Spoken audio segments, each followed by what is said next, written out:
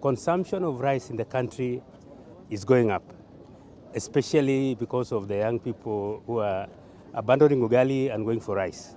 Currently, we are consuming about 950,000 to 1,000,000 metric tons of rice, whereas we are only producing only 200,000 metric tons.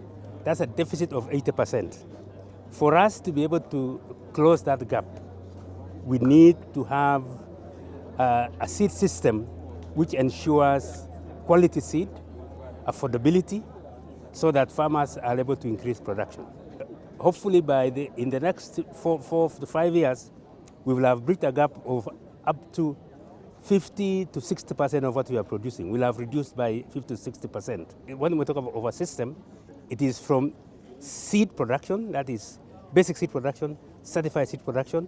We are also looking at mechanization of the processes, because one of the biggest challenges the farmers are facing here, if you go along the road here, you'll find a lot of rice being dried on the roadside. That brings a lot problems of contamination, especially because of the smoke of the vehicles that are passing by the road. And right now, you can see it's raining today. They cannot be able to dry those rice.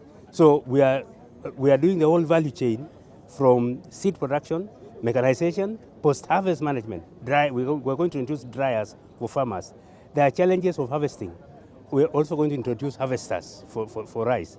There are problems of planters. Farmers are still planting using their hands, even weeding.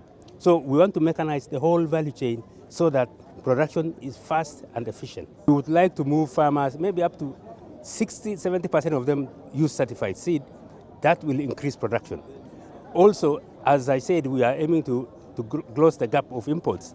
We will install first rice facilities such as seed storage room and warehouse for agricultural machinery in this area, and we will train farmers how they can increase production of rice.